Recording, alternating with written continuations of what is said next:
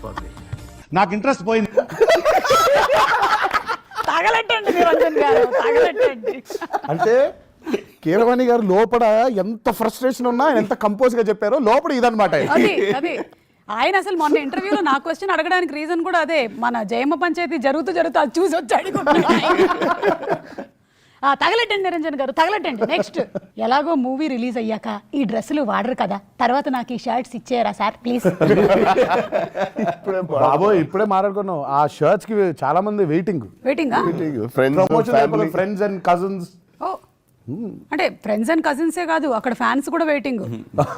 మీరు పెట్టారంటే ఫ్యాన్స్ కి తయారు చేయించేసినట్టున్నారు. అవునా? మర్చెండైజ్ వెబ్సైట్ లో.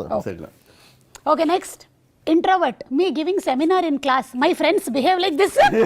ఒక దానయ్య గారు మాట్లాడుతుంటే యు బిహేవ్ లైక్ దిస్. పాపం చూడండి ఎంత మాట్లాడారు ఆయన. మాట్లాడిన 4 ముక్కలే ఎంతో మాట్లాడారు. Next, NTR and RC at RRR movie.